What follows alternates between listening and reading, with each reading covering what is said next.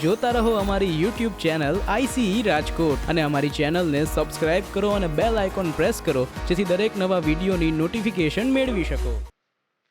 નમસ્કાર વિદ્યાર્થી મિત્રો, ICE ના YouTube ચેનલ પર હું હિરેન સાકરિયા આપ સૌનું હાર્દિક સ્વાગત કરું છું। મિત્રો, આજે આપણે જે કરંટ અફેર્સના ટોપિક પર ચર્ચા કરવાના છીએ એમાં પ્રથમ જોઈએ તો ડીપ ઓશન મિશન ના આરંભ માટે શરૂઆત માટે ભારત તૈયાર થઈ ગયું છે। જો શબ્દને જ પકડો એટલે તરત અંદાજ આવી જશે એના માટેનું છે ડીપ ઓશન એટલે કે કંઈક ઊંડા સમુદ્રનું જે તળ રહેલું છે ત્યાં કંઈક ને કંઈક મિશન ચલાવવાનું છે, કંઈક ને કંઈક વસ્તુ માટે મિશન ચલાવવાનું છે, ક્યાંક સંશોધન કરવાનું છે, ક્યાંક ખનન કરવાની વાત કરેલી છે। તો આ મિશનના ઉદ્દેશો શું છે એના ઉપર આપણે વાત કરવાની છે, મિશનમાં શું માહિતી છે એના ઉપર આપણે ચર્ચા કરીશું। સેકન્ડ જે અગત્યનો ટોપિક છે એ છે સેન્ટિનલ-6 ઉપગ્રહ। હવે જે ઉપગ્રહ છે ને મિત્રો, એ ખાસ કરીને જે સમુદ્રની સપાટી હોય, સમુદ્રની જે સપાટી છે એમાં જે વધારો થતો હોય છે। હવે તરત પ્રશ્ન છે કે વધારો કેમ થાય છે, તો કે જે ગ્લોબલ વોર્મિંગ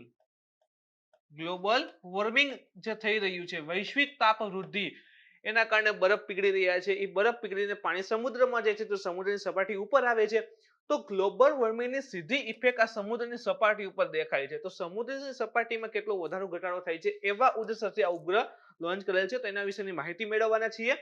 ત્રીજો અગત્યનો ટોપિક છે મિત્રો ચક્રવાતી તોફાન નિવાર।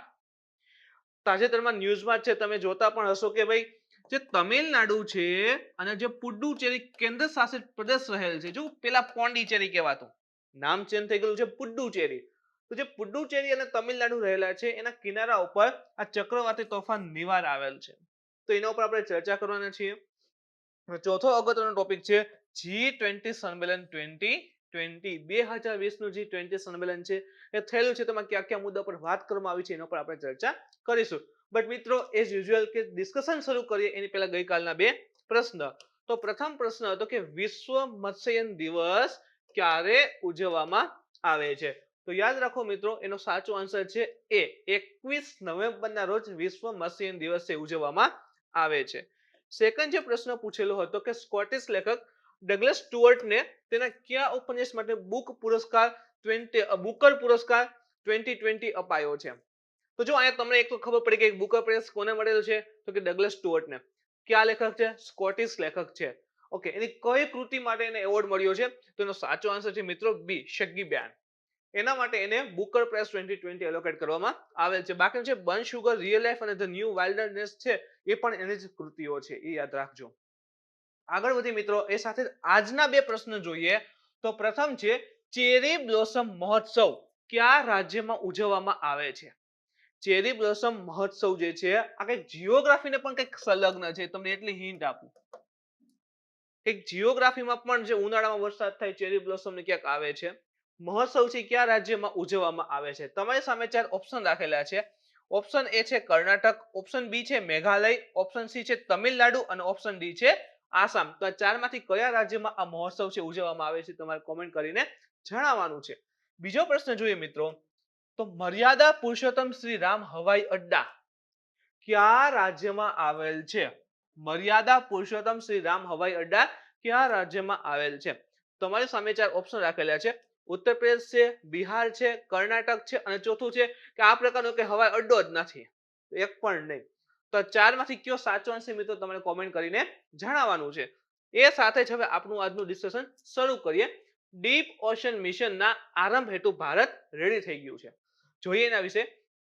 ભારત દ્વારા ઝડપથી એક મહત્વકાંક્ષી ડીપ ઓશન મિશનની શરૂઆત કરવામાં આવશે અને તેના માટે જરૂરી એપ્રુવલ જે છે એ પ્રાપ્ત કરાઈ રહી છે। તમે જોઈ શકો છો આ દરિયાનું તળ રહેલું છે અને દરિયાના તળ પર કંઈક આવા પથ્થરો ને બધું રહેલું છે, અહીંયા બધા પથ્થરો પથરાયેલા છે દરિયાના તળમાં। તો આ જે પથ્થરો આવેલા છે એના સંશોધન કાર્ય અને ખનન કાર્ય એવા ઉદ્દેશ્ય સાથે આ ડીપ ઓશન મિશન જે છે એ શરૂ કરાઈ રહ્યું છે।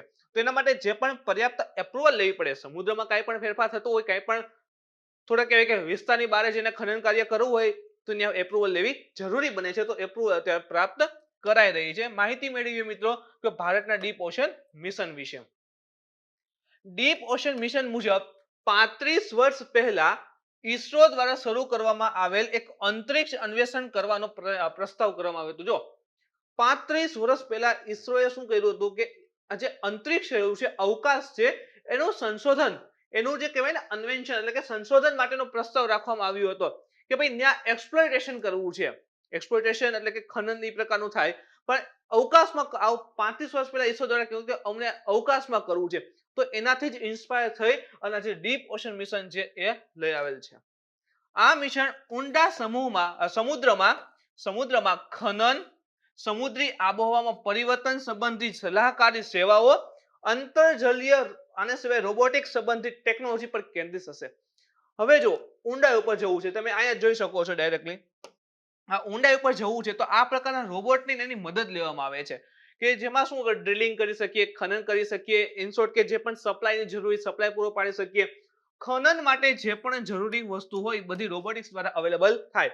તો એનો પણ આમાં ફોકસ કરે છે, રોબોટિક્સ સંબંધિત ટેકનોલોજી પર કેન્દ્રિત. આની સિવાય સમુદ્રમાં ખનન, જો એવું કહેવાય છે કે સમુદ્રમાં અંદર બહુ બધા મટીરિયલ્સ ઇનશોર્ટ કે મિનરલ્સની રહેલું છે, તેનું ખનન, એની સાથે જ આબોહવામાં જે પરિવર્તન આવી રહ્યા છે મેં શરૂઆતમાં કીધું એની સીધી ઇફેક્ટ સમુદ્ર ઉપર દેખાય છે. તો આ બધાને ધ્યાનમાં રાખીને જે ડીપ ઓશન મિશન છે એ સ્ટાર્ટ કરવાના છીએ. રિપોર્ટ મુજબ ડીપ ઓશન મિશનમાં 2 મુખ્ય પરિયોજનાઓ એટલે કે ભરતી ઓટ દ્વારા ઉર્જા સંચાલિત એક ડેસેલેશન પ્લાન્ટ તથા ઓછામાં ઓછા 6000 મીટરની ઊંડાઈ પર સંશોધન કરવામાં સક્ષમ એક સબમર્સિબલ વ્હીકલને સંમેલિત કરવામાં આવશે. જો સમજો મિત્રો, ઓછામાં ઓછા 6000 મીટરની ઊંડાઈ, ઓછામાં ઓછી તો 6000 મીટર ઊંડાઈ જોઈએ જ, અને એનાથી વધારે ઊંડાઈ ઉપર જઈ અને કાર્ય કરી શકે, સંશોધન કરી શકે એક પ્રકારનું એવું સબમર્સિબલ વ્હીકલને બનાવવાની વાત છે અથવા તો ડેવલપ કરવાની વાત છે. એની સાથે જ ભરતી ઓટ ઉર્જા દ્વારા સંચાલિત કે ડેસેલેશન પ્લાન્ટની પણ વાત કરેલ છે. એટલે ભરતી ઓટથી સંચાલિત એક પ્લાન્ટ છે, એની સાથે જ ઊંડાઈ ઉપર આપણે સંશોધન કાર્ય કરવું છે. હવે ત્યાં તો એવું નથી કે ત્રિકમ લઈને ગયા ચલો ભાઈ સમુદ્ર તળિયા ખોદવાનું ચાલુ કરી, તો એવું તો ન હાલે. તો અહીંયા શું જોશે તો કે એક સબમર્સિબલ વ્હીકલ જોશે જે ખનન કાર્ય અથવા તો સંશોધનની બધું ફૂલફિલ કરી શકે. તો એને આ પરિયોજનાની અંદર સમાવિષ્ટ કરેલ છે. આગળ જોઈએ તો મહત્વ, આ મિશન ભારતના વિશાળ વિશેષ આર્થિક ક્ષેત્ર જેને કહીએ ને ઇકોનોમિક ઝોન, તો વિશાળ જે વિશેષ આર્થિક ક્ષેત્ર રહેલું છે અને ખાસ કરીને કોન્ટિનેન્ટલ શેલ્ફમાં સંશોધન કરવા સંબંધી પ્રયાસ જે છે એને પ્રોત્સાહિત કરશે. તરત પ્રશ્ન છે કે કોન્ટિનેન્ટલ શેલ્ફ શું છે? ઘણા વિદ્યાર્થી મિત્રો ઘણીવાર પ્રથમ વાર પણ સાંભળતા હશે. જો સમજજો, આપણે દરિયો શું વિચારે કે ચલો આ છબછબિયા કરી વિસ્તાર છે, પછી આમ જાતા હશે ને તો ઊંડાઈ આવી જતી હશે, આવો દરિયાની મનમાં કલ્પના કરીએ છીએ અને આ લગીને પાણી ને છબછબિયા આપણે કરતા હોય. પણ દરિયો ખરેખર મિત્રો આ રીતે હોય છે કે ધીરે ધીરે ધીરે ઊંડાઈ વધે છે આ રીતે, પછી સડનલી ઢાળ આવે છે, પછી પાછો આવો કડકો આવે, પછી આમ જે છે એ સમુદ્રનું મેદાન ચાલુ થતા હોય છે. અને આ વિસ્તાર છે તમે જુઓ છબછબિયા કરી એ કિનારો. હવે આ જે ઢાળ જે છે ખૂબ જ ધીમો ઢાળ છે અને ખરેખર કોનો ભાગ હોય છે? અહીંયા લગીને જુઓ ને તો આ ખંડનો ભાગ હોય, ખંડનો ભાગ હોય, અને આ જે વિસ્તાર છે એ સમુદ્રનો ભાગ હોય. આ લગીને જે છે ખંડનો ભાગ હોય, તો આ ખંડનો ભાગ છે અને આને જ કહેવાય છે કોન્ટિનેન્ટલ શેલ્ફ, અને ગુજરાતીમાં આપણે કહીએ છીએ ખંડીય છાજલી. જે કચ્છનું રણ છે ને આ પ્રકારનો વિસ્તાર છે, ખંડીય છાજલી, એની ઉપર ઉઠી ગયો છે એટલે ત્યાં રણ બની ગયું. કયા કારણો છે એ વધારે આપણે જ્યારે જીઓગ્રાફી વિશે ભણીએ છીએ સાથે સિરીઝમાં તો ત્યારે માહિતી મેળવશું. પણ યાદ રાખવા ખંડીય છાજલી આ જે વિસ્તાર છે એની વાત કરેલી છે. તો તમે જુઓ કે કોન્ટિનેન્ટલ શેલ્ફ ખંડીય છાજલીમાં અને એની સાથે જે વિશાળ વિશેષ ઇકોનોમિક ઝોન અથવા તો આર્થિક ક્ષેત્ર રહેલે છે એમાં જે પણ રિસર્ચ કરવાની વાત છે એને પ્રોત્સાહિત કરશે.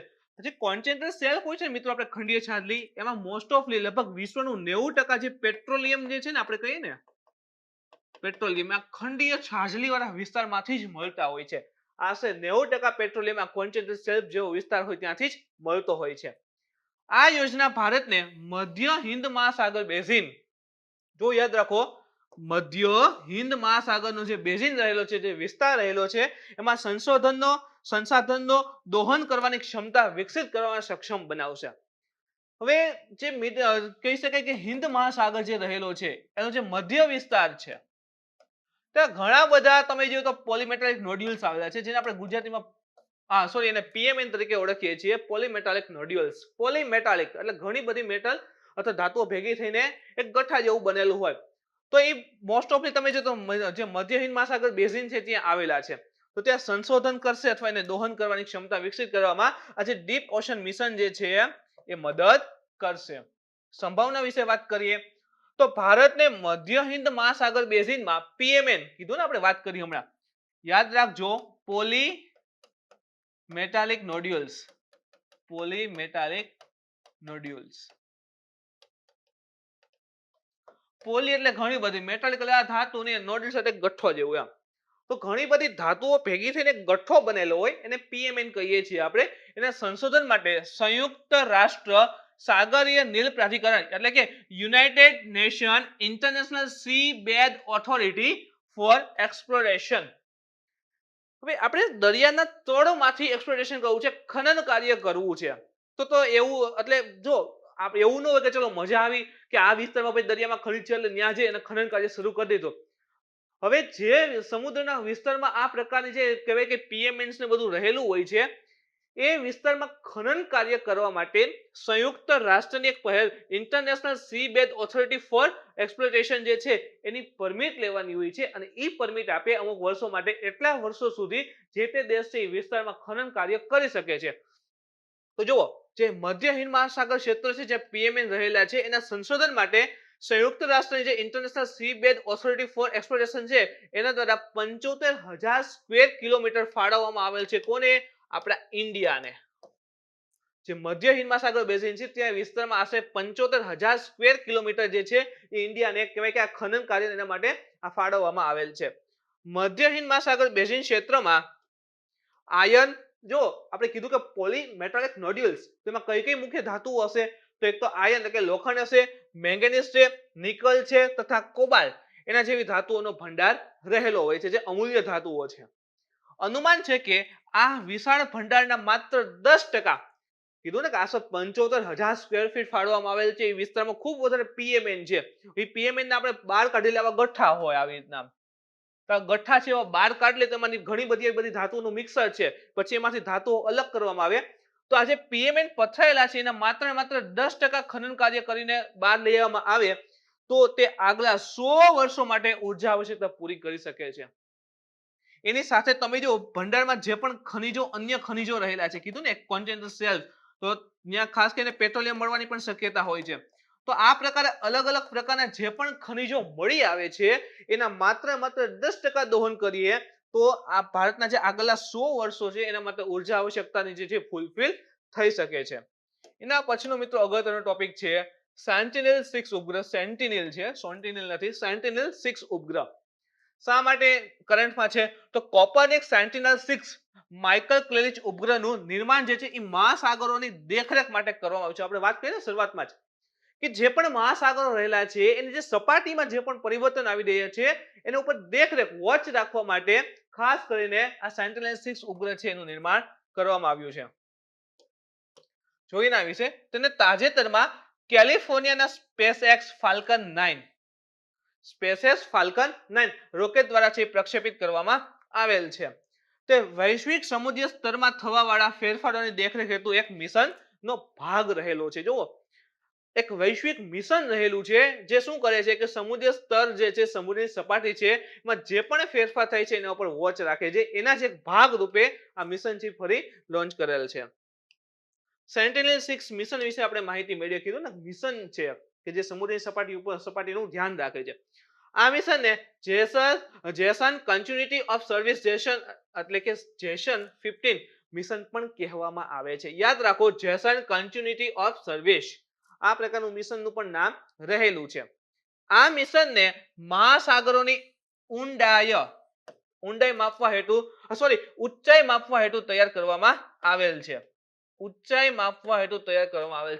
તરત પ્રશ્ન છે કે મહાસાગરની ઊંચાઈ માપવા એટલે કેવી રીતે? તો સિમ્પલ, મેં તમને કીધું એમ કે ધારો કે આપણો પાસે ડેટા છે કે ભાઈ 2000 ની સાલમાં સમુદ્રની સપાટી XYZ સ્તર ઉપર હતી. હાલ તમે જુઓ તો સમુદ્રની સપાટી જે છે એનાથી ઉપર આવી ગઈ છે. કઈ સાલમાં? 2020માં એ સપાટી બની ગઈ છે ABC.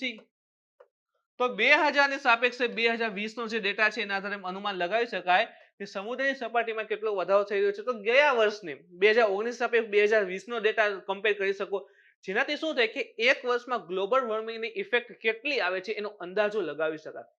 તો આ રીતે મહાસાગર જે ઊંચાઈ રહેલી છે, જે કહેવાય ને સંપૂર્ણ જે પાણીની સપાટી છે એના ઊંચાઈમાં વધારો થાય છે, એ માપવા હેતુ તૈયાર કરવામાં આવેલ છે આ મિશનને. જે પૃથ્વીને આબોહવામાં થતા પરિવર્તનને સમજવા માટે મહત્વપૂર્ણ ઘટક છે. તમને કીધું એ મુજબ આ પૃથ્વી લઈએ આપણે મિત્રો, તો ખાસ કરીને જે આ વિસ્તારમાં આર્કટિક અને એન્ટાર્કટિક વિસ્તાર જે છે, આ વિસ્તાર અહીં જે બરફ ને રહેલું છે, એમાં શું થાય છે, ગ્લોબલ વોર્મિંગ જે થઈ રહ્યું છે, તો આની જે હિમશિલાઓ છે પીગળી રહી છે, એ પીગળીને પાણી ક્યાં જશે, સમુદ્રમાં જવાનું છે. તો સમુદ્રની સપાટી અપ આવશે, ઊંચાઈ વધશે, તો એ કેટલી આવી રહી છે, ઊંચાઈમાં કેટલો ફેરફાર થઈ રહ્યો છે, એ માટેનું આ મિશન રહેલું છે. તો પૃથ્વીની આબોહવામાં જે પણ ફેરફાર થઈ રહ્યા છે એની સીધી અસર છે એ અહીંથી માપી શકાશે.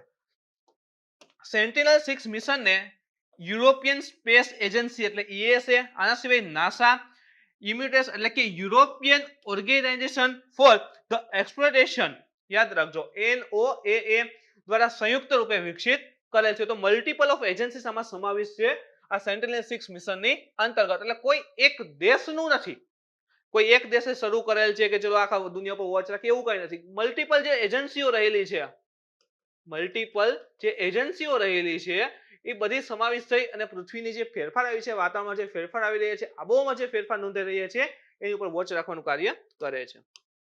સેન્ટિનલ-6 ઉપગ્રહનું કાર્ય જોઈએ મિત્રો, તો વૈશ્વિક સમુદ્ર સ્તરમાં વૃદ્ધિ સંબંધિત સંબંધી આંકડા આપવા. એટલે કે કીધું એ પ્રમાણે કે ભાઈ કેટલી ઊંચાઈમાં એમાં ફેરફાર થાય છે એના આંકડા પૂરા પાડશે. સ્પંદનોને પૃથ્વી સપાટી પર મોકલવા અને તેના પાછા ફરવાના સમયને માપવો. તેનાથી વૈજ્ઞાનિકોને સમુદ્રી સપાટીની ઊંચાઈ માપવામાં મદદ પડે. સ્પંદન એટલે એક પ્રકારના વેવ્સ, જેને પૃથ્વી સપાટી પર મોકલીને પાછા આવે, એનો જે સમયનો ગેપ હોય છે એના આધારે સમુદ્રની સપાટીની જે ઊંચાઈમાં જે પણ ફેરફાર થાય છે એને નોંધવામાં આવે છે. હવે પ્યોર ટેકનિકલ ઉપર જશે, આપણે એટલું બધું ડીપમાં નહીં વહી જવાનું. કરંટ છે, કરંટની દ્રષ્ટિએ રાખશું કે ભાઈ સ્પંદનો જે છે એ પૃથ્વી સપાટી પર મોકલે, એટલે ધારો કે પૃથ્વી સપાટી હોય, ઉપગ્રહ હોય, તો અહીંથી એમ કિરણો મોકલે, ભડકાઈને પાછા જતા જે સમય લાગે એ સમયના આધારે સમુદ્રની સપાટીની ઊંચાઈમાં જે પણ ફેરફાર આવે છે એ નોંધે છે. માર્ગમાં ઉપસ્થિત પાણીની બાષ્પને માપવી. હવે જો તમને કીધું એ મુજબ કે ભાઈ ઉપગ્રહ જે છે અહીંથી સ્પંદન મોકલશે, અહીં વેવ્સ મોકલશે, અહીં ભટકાઈને પાછા જતા હશે. હવે એ વસ્તુ આ દરમિયાન તમે જો તો પાણીની બાષ્પ જે છે એ વચ્ચે આવશે, વાતાવરણમાં પાણીની બાષ્પ હાજર હશે, H2O ગેસ ફોર્મમાં હશે. તો એના કારણે શું થશે કે ભાઈ વચ્ચે આવે છે તો એનું પ્રમાણ પણ માપશે, તથા જીપીએસ અને પૃથ્વી પર સ્થિત લેગરીના જે ઉપયોગ જે છે એની અવસ્થિતિની માહિતી મળશે. જીપીએસ નો ઉપયોગ કરશે. આના સિવાય કયા વિસ્તારમાં કેટલી આ H2O એટલે કે પાણીની બાષ્પ આવેલી છે એ બધી માહિતી જે છે એ આ સેન્ટિનલ-6 ઉપગ્રહ દ્વારા મળશે. હવે કોઈ વિસ્તારમાં ધારો કે ભાઈ સમુદ્ર છે નજીક આ પાણીની બાષ્પ વધારે હોય, તો નજીકના વિસ્તાર જે છે ત્યાં વરસાદ આવવાની શક્યતા વધી જતી હોય, વરસાદ આવવાની શક્યતા વધી જતી હશે. તો આ પ્રકારે તમે જો તો મલ્ટિપલ ઓફ કામ, ઘણી બધા અલગ અલગ પ્રકારના કામ કરવા માટે ઉપયોગી સાબિત થઈ શકશે. મિશનનું મહત્વ, તો કે સેન્ટિનલ-6 મિશન દ્વારા ઉપલબ્ધ કરાયેલ આંકડાથી અલ નીનો અને લા નીનો, જો શબ્દ યાદ રાખજો, અલ નીનો અને એક છે લા નીનો, જેવી મોસમી સ્થિતિઓ માટે લાંબા ગાળાના પૂર્વાનુમાન તેમજ 2 થી 4 સપ્તાહ દરમિયાન અલ્પકાલિક મોસમની ભવિષ્યવાણી હેતુ ચોક્કસતામાં સુધાર થશે. કીધું ને કે ભાઈ કોઈ વિસ્તારમાં કેટલી ભેજની બધી માહિતી મળે છે, તો એના આસપાસના વિસ્તારમાં કેવો વરસાદ થશે, સૂકા પવન આવશે, ભેજવાળા પવન આવશે, એની માહિતી પણ મેળવી શકાય છે. હવે અલ નીનો અને લા નીનો વિશેની પણ માહિતી મેળવી શકાય છે. અલ નીનો અને લા નીનો તો ખૂબ મોટા કન્સેપ્ટ, પણ એટલું યાદ રાખો કે આપણું ઇન્ડિયા, અહીંથી આફ્રિકા આવે છે, આ રીતે અહીં માડાગાસ્કર છે, અહીં તમે જુઓ તો ઓસ્ટ્રેલિયા આવે છે, અને અહીં આવે છે દક્ષિણ અમેરિકા. જે પણ અલ નીનો અને લા નીનો પ્રવાહ છે ને એ આ દક્ષિણ અમેરિકા જે ખંડ છે એના પશ્ચિમ કિનારે ચાલે છે. અલ નીનો જે છે એક પ્રકારનો ગરમ પ્રવાહ છે, અને જે લા નીનો જે છે એક પ્રકારનો ઠંડો પ્રવાહ છે. સમુદ્રના પ્રવાહ હોય ગરમ ને ઠંડા. તો અલ નીનો જે આવે, અલ નીનો અહીંયા ઉપર આવે, ગરમ સમુદ્રનું પાણી ગરમ થાય આ વિસ્તારમાં, તો એની અસર આવે છે ઓસ્ટ્રેલિયા ઉપર, ઓસ્ટ્રેલિયાની અસર આવે માડાગાસ્કર, અને માડાગાસ્કર થી અસર આવે ભારત ઉપર. આખી એવી ચેઇન છે. તો આને લીધે ઓલ્નિનો અહીંયા જો દક્ષિણ અમેરિકાના ખંડના પશ્ચિમ સાઈડ ગરમ પાણીથી સમુદ્રનું, તો એના લીધે ભારતમાં જે વર્ષાનું પ્રમાણ છે એ ઘટી જાય ઓલ્નિનોમાં. જ્યારે સામાન્ય વર્ષોમાં લાનિનો હોય છે. લાનિનો કેવો પ્રવાહ છે? ઠંડો પ્રવાહ. તો જ્યારે લાનિનોની ઘટના ઘટે તો દક્ષિણ અમેરિકાના જે પશ્ચિમ બાજુ છે ત્યાં સમુદ્રનું પાણી ઠંડુ થઈ જાય, એટલે કોલ્ડ કરંટ કહેવાય, ઠંડા કરંટ, અને એની અસર આવે ઓસ્ટ્રેલિયા ઉપર, ઓસ્ટ્રેલિયાની માડાગાસ્કર, અને ત્યાંથી આપણા ઇન્ડિયા ઉપર. અને લાનિનોના લીધે ભારતમાં જે વરસાદનું પ્રમાણ છે એ સારું એવું હોય છે, વરસાદ વધારે આવે છે. અમુક વર્ષે અલનીનો આવતો હોય છે, એવું નથી દર વર્ષે બે વર્ષે. સામાન્ય રીતે 4-5 વર્ષ પછી અલનીનોની ઘટના બનતી હોય છે. તો અલનીનો જ્યારે થાય ત્યારે ભારતમાં વરસાદ ઓછો આવે અને લાનીનો હોય ત્યારે વરસાદ વધારે આવતો હોય છે. અલનીનો એક પ્રકારનો ગરમ પ્રવાહ છે, લાનીનો એક પ્રકારનો ઠંડો પ્રવાહ છે, એવું કહી શકાય છે. તો આ પ્રકારના જે સમુદ્ર જોયું ને, સમુદ્રના પ્રવાહ છે ગરમ ને ઠંડા. તો આ જે કહેવાય છે કે સેન્ટિનેલ-6 જે મિશન રહેલું છે એ સમુદ્રની સપાટીઓના બધું તાપમાન ને બધું માપવાનું છે, ઊંચાઈમાં ફેરફાર માપશે. તો એના લીધે અંદાજ આવશે કે ભાઈ અલનીનો છે, લાનીનો છે, અથવા તો પૂર્વ અનુમાન જે છે એ કરી શકાશે. એની સાથે મિત્રો નેક્સ્ટ ટોપિક છે ચક્રવાતી તોફાન નિવાર ઉપર વાત કરવાના છીએ. તમિલનાડુ અને પુડુચેરીમાં ચક્રવાતી તોફાન નિવારને લઈને હાઈ એલર્ટ છે જાહેર કરાયું છે. ઇવન આ જે ચક્રવાતી તોફાન નિવાર છે એની સ્પીડ આશરે 120 કિલોમીટર પ્રતિ કલાક જેટલી થઈ ગઈ છે, અથવા એનાથી વધારે હોય પણ હવે કહી શકાય. પણ અત્યારની હાલની સ્પીડ 120 કિલોમીટર પ્રતિ કલાક રહેલી છે.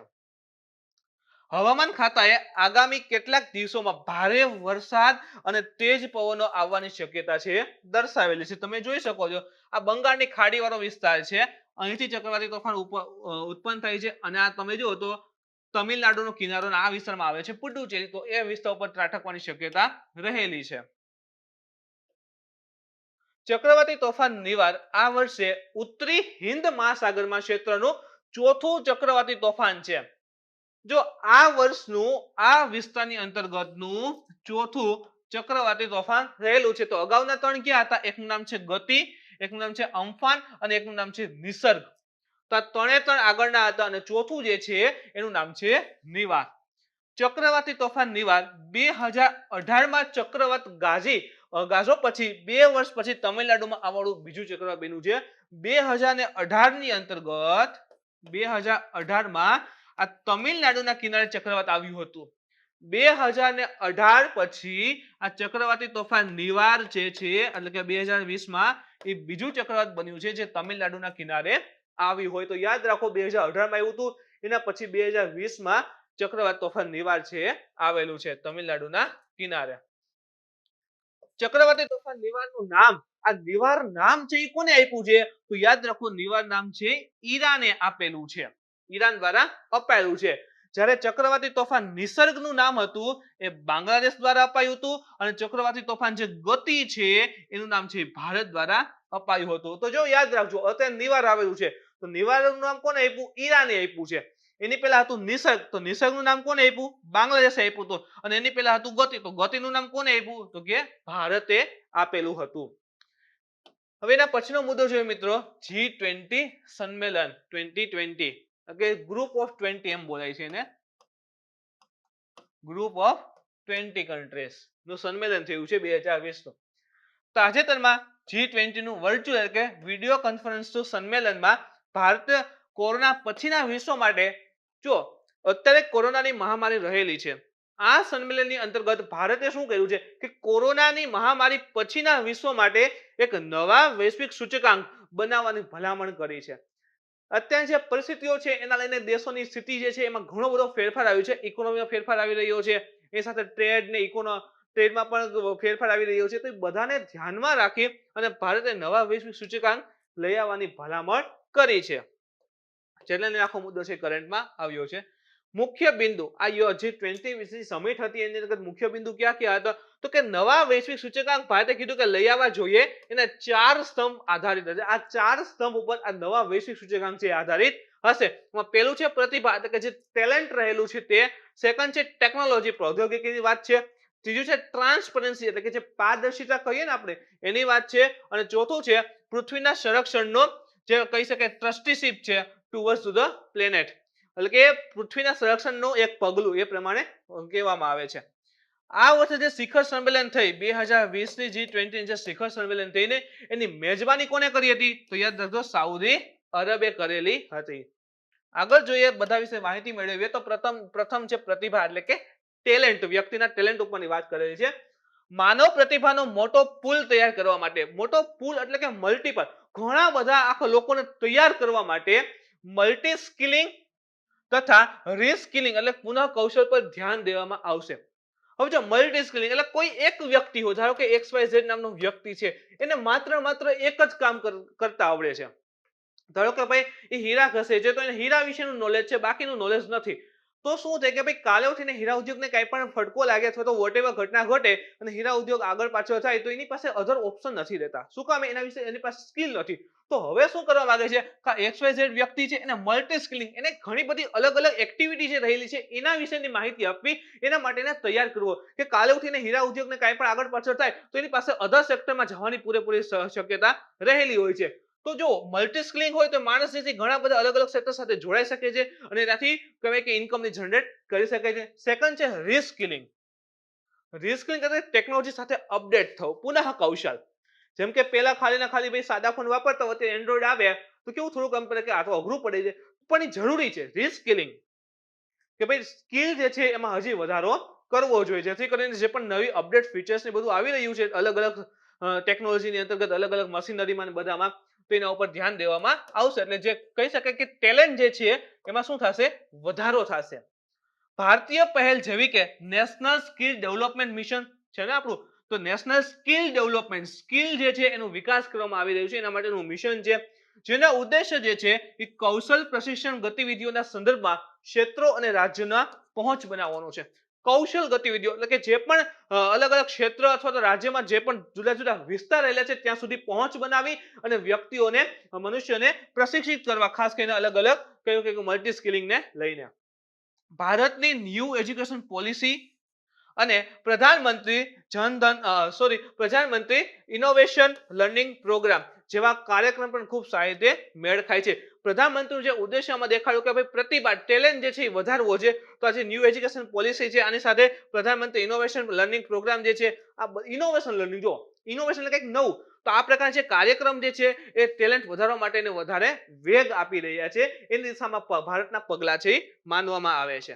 એના પછી વાત કરીએ ટેકનોલોજીની, તો નવી ટેકનોલોજીના કોઈ પણ મૂલ્યાંકન જીવનની સુગમતા અને જીવનની ગુણવત્તાને પ્રભાવિત આધાર પર હોવું જોઈએ. નવી કોઈ પણ ટેકનોલોજી આવે છે એ કેટલા અંશે યોગ્ય છે અથવા કેટલી વધારે ઉપયોગી નીવડી શકશે, એ શેના આધારે નક્કી કરવું? તો કે જીવનની જે સુગમતા રહેલી છે અને જીવનની જે ગુણવત્તા રહેલી છે એના પ્રભાવને એને કેટલું ઇફેક્ટ કરે છે એના આધારે નવી ટેકનોલોજી જે આવે છે એનું માપદંડ હોવું જોઈએ. ભારતે એક અનુવર્તા અને પ્રલેખક ભંડારના રૂપમાં G20 માટે એક આભાસી સચિવાલયના નિર્માણની પણ ભલામણ કરી છે. એક આભાસી સચિવાલય હોવું જોઈએ જેથી આ બધું છે ઓપરેટ થાય, તો એની પણ આપણે ભારતે વાત કરેલી છે. એના પછી છે ટ્રાન્સપેરેન્સી. તો નવી ટેકનોલોજીના કોઈ પણ મૂલ્યાંકન જીવનની સુગમતા અને જીવનની ગુણવત્તા પર પ્રભાવિત આધાર હોવું જોઈએ, આપણે વાત કરી. હવે ટ્રાન્સપેરેન્સી જે છે, અહીંયા મિત્રો પ્રૌદ્યોગિકી અને ટ્રાન્સપરન્સી આવી ગઈ છે, પણ ટ્રાન્સપરન્સી અંતર્ગત શું આવશે કે જે પણ નવી ટેકનોલોજી જે છે, નવી ટેકનોલોજી જે રહેલી છે, આ ટેકનોલોજીનો યુઝ કરી અને ટ્રાન્સપેરન્સી આવે. જેમ કે જો ભારત સરકાર અલગ અલગ પ્રકારના જે ડિજિટલ પેમેન્ટની વાત કરી છે, એનાથી શું થાય છે? તો ટ્રાન્સપેરન્સી વધી છે, ટ્રાન્સપેરન્સી વધી છે, અને ખાસ કરીને જે ભ્રષ્ટાચારની થઈ રહ્યું છે એ શું થશે? એકદમ ઘટશે, અને છે દૂરના છેવાડાનો માણસ હશે એને પણ એનો લાભ મળશે. કેના દ્વારા? તો ટેકનોલોજીનો યુઝ દ્વારા. અને ટેકનોલોજીના યુઝ શું આવશે? ટ્રાન્સપેરન્સી એટલે એકબીજા સાથે કનેક્ટ છે. જો પહેલા શું વાત કરી? માણસનું ટેલેન્ટ વધારવાનું, ટેલેન્ટ થશે એટલે ઓટોમેટિકલી અપડેટ ને બધું થશે. હવે અપડેટ જેવો થશે કે ટેકનોલોજીનો અલગ અલગ યુઝ કરતો થશે, જેવો ટેકનોલોજીનો યુઝ કરતો થશે કે ઓટોમેટિકલી દેશમાં શું આવશે? ટ્રાન્સપેરન્સી આવશે, એટલે કે બધું ડિજિટલાઇઝેશન એને થવાની વાત આવશે. એના પછી આપણે વાત કરી મિત્રો ટ્રસ્ટીશિપ ટુવર્ડ્સ ધ પ્લેનેટ. હવે આપણે ગ્રહ ઉપર એટલે કે આપણે ગ્રહ સાથે જોડાયા છીએ. હવે આપણે જાણીએ છીએ કે પર્યાવરણ સંબંધી કંઈક ને કંઈક ચિંતાઓ રહેલી છે, તો ટ્રસ્ટીશિપ ટુવર્ડ્સ ધ પ્લેનેટ ઉપર પણ વાત કરવાના છીએ. પર્યાવરણ સાથે માલિકો વિના ન્યાસી ના રૂપમાં વ્યવહાર કરવાથી સમગ્ર અને સ્વસ્થ જીવનશૈલીનો જન્મ થશે.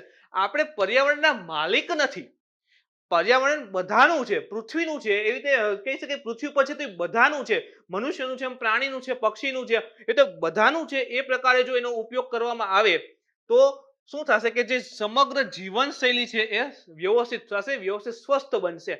એવું નહીં કે ચલો આ વિસ્તારમાંથી આ વસ્તુ મળી આવે છે તો દોહન કરી નાખો, પૂરું કરી દે, એનાથી બીજાને શું ફેર પડે છે, આપણે લાભ થાય છે ને, એવો ઉદ્દેશ્ય નથી રાખવાનો.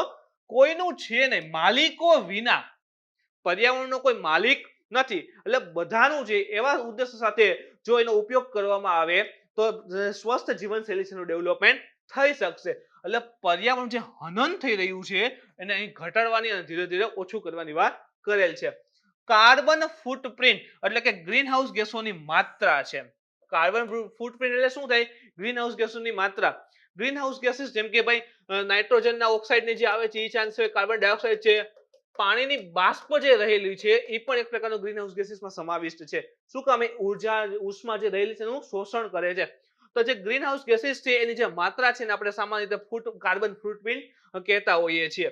જે મુખ્ય રૂપથી CO2 ના એક વિશેષ માનવીય ગતિવિધિ દ્વારા વાયુમંડળમાં મુક્ત કરવામાં આવે છે. આપણે જાણીએ છીએ કે અલગ અલગ પ્રકારની એક્ટિવિટી દ્વારા કાર્બન ડાયોક્સાઇડ જે છે એ વાતાવરણમાં મુક્ત કરવામાં આવે છે, નાઇટ્રોજનના ઓક્સાઇડથી મુક્ત કરવામાં આવે છે. જેમ કે વાહનના ધુમાડા અથવા તો જે કહી શકાય કે ખેડૂતમાં ખેતી કરતા હોય તો જે વધારાનો કચરો નીકળે છે, પરાલી કહેવામાં આવે છે, એને સળગાવીને પણ. તો આ પ્રકારે તમે જો ઇવન એસીના એના યુઝ કરીને જે ગેસીસ રિલીઝ થાય છે એનાથી પણ ગ્રીન હાઉસ ગેસીસ અથવા તો જો ઓઝોનને એને ઇફેક્ટ આવે છે. તો CO2 ને એને અલગ અલગ વિશે માનવીય ગતિવિધિઓ દ્વારા આ પ્રકારના વાયુઓ જે છે વાતાવરણમાં મુક્ત કરવામાં આવે છે અને એની અસર ગ્લોબલ વોર્મિંગ તરીકે ફરી દેખાય છે.